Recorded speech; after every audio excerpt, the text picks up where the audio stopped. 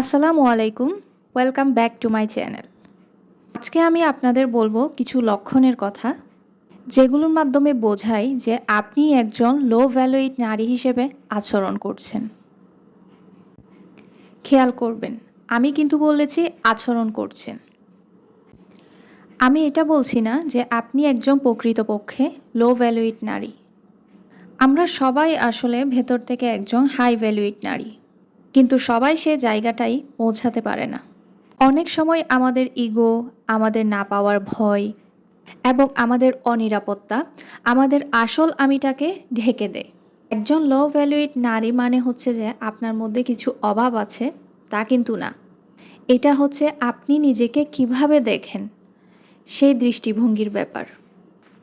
কিছু লো ভ্যালুর আচরণের উদাহরণ দিচ্ছি, এগুলো কোনোটার সাথে যদি তুমি রিলেট করতে পারো তাহলে এগুলো বদলে ফেলো। ১ নম্বর, যখন আপনি কোনো ছেলেকে জিতে নেওয়ার চেষ্টা করেন, তখন আপনি নিজের অজান্তেই ওই মানুষটাকে বোঝাচ্ছেন যে তুমি আমার থেকে ভালো, আমি তোমার যোগ্য নই, তাই আমি বাড়তি চেষ্টা করব তোমাকে পাওয়ার জন্য। আমি কিভাবে তোমার যোগ্য হব, এই প্রশ্নটা নিজেকে করবেন না, বরং নিজেকে জিজ্ঞেস করেন যে আমি কেন মনে করছি যে আমি যথেষ্ট নই। এই অনুভূতিটা আপনার মধ্যে কোথা থেকে এলো এবং কোন ইনসিকিউরিটিটা আপনি এখনও মন থেকে ঝেড়ে ফেলতে পারেননি। ২ নম্বর, আমি বহুবার অবসেশন নিয়ে কথা বলেছি। সারাদিন আপনার মাথায় শুধু ওর ভাবনা চিন্তায় ঘুরপাক খায়। তখন আপনি মানুষটাকে পুরস্কার ভেবে ফেলছেন, সেটা আপনাকে জিততে হবে। তখন আপনি মানসিকভাবে, আবেগীভাবে ইনভেস্টেড হয়ে যাচ্ছেন। তখন আপনার নিজের অজান্তেই সেই সম্পর্কটা অসমান হয়ে যাচ্ছে, যেটা আপনি কখনো অ্যাট্রাক্ট করতে পারবেন না। কারণ ম্যানিফেস্টেশনে বলা হয়, আপনি যদি সেম ফ্রিকোয়েন্সিতে থাকেন আপনি তখনই সেই মানুষটাকে অ্যাট্রাক্ট করতে পারবেন। আপনি যখন লো ফিল করছেন কখনোই ওই মানুষটাকে সহজে আপনি আপনার জীবনে আনতে পারবেন না।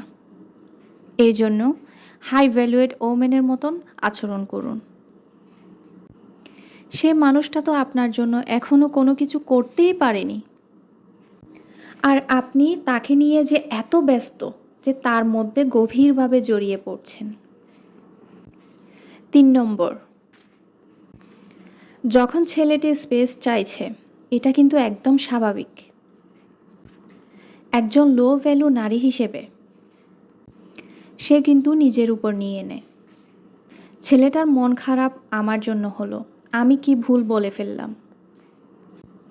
তখন সঙ্গে সঙ্গে ছেলেটাকে ঠিক করতে চাই। তখন নিজের অস্তিত্বের মানেই খুঁজে নেই ছেলেটার ভালোবাসা। তখন নিজের মধ্যে সেই ভালোবাসা আর নিশ্চয়তা সে পায় না।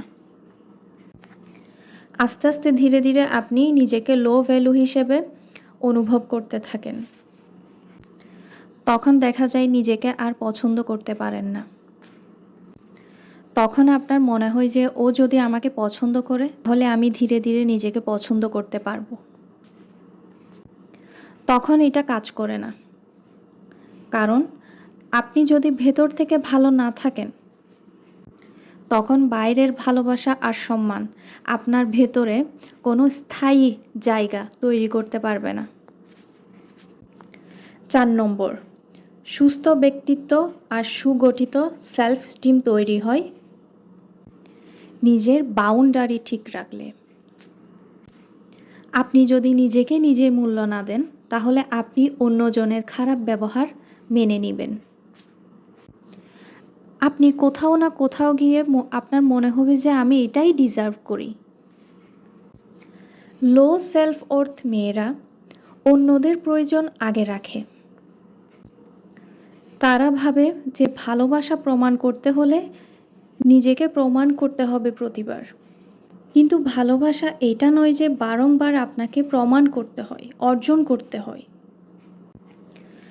আমার এই কথাগুলো যদি আপনার মনে একটু হলেও নাড়া দেয় তাহলে প্লিজ দুঃখ করবেন না, কারণ পরিবর্তন আনা সবসময় সম্ভব। আপনি শুরু করেন আপনার ভেতরের নেতিবাচক আওয়াজটাকে চিনে নিয়ে। সেটা কোথা থেকে এসেছে এবং কে শিখিয়েছে যে আপনি আপনার জন্য যথেষ্ট নন। আর ধীরে ধীরে সেই খালি জায়গাটাকে নিজের ভালোবাসা দিয়ে ভরান। নিজেকে ভালোবাসার অনেক উপায় আছে। এজন্যে এই ব্যস্ত সময়ে নিজের জন্য কিছু সময় রাখেন। আপনার পছন্দের কোনো বই পড়া হোক, আপনার কোনো গান করা হোক, বা এক্সারসাইজ করা হোক, বা নতুন কোনো রান্না শেখা হোক। আর সেই সময়টা যেন অন্য কারো জন্য না হয়, শুধুমাত্র আপনার জন্য হয়। আশা করি আমার কথাটা বুঝতে পেরেছেন। আজকে তাহলে এ পর্যন্ত থাকুক। আপনার সাথে আমার দেখা হবে নেক্সট ভিডিওতে। ভালো থাকবেন।